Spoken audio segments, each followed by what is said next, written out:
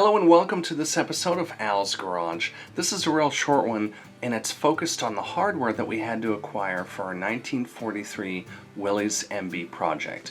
This required a lot of trips to the hardware store. I had a big list and had a huge pile of hardware that I needed to collect.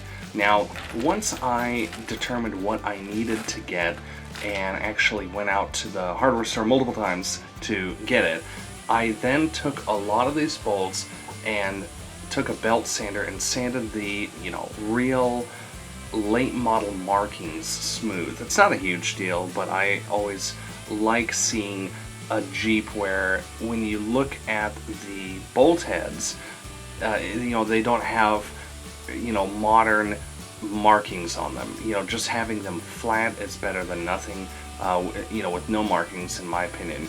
Now, obviously, the Ford GPWs, they have the F script in the bolt head, so collecting those and acquiring those is a whole nother conversation, not for this video.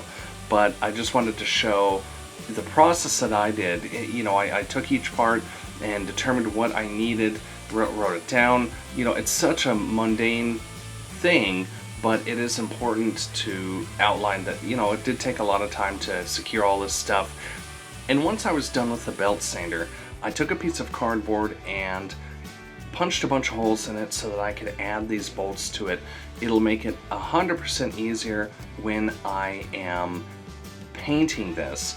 And the area that doesn't get hit is the threads, which are in the cardboard. So in my opinion, that's gonna work for me. So what I did is actually labeled each of the areas, whether it's the handles, the top hardware, the reflectors, all of my little pieces, hood, bolts, and all that stuff.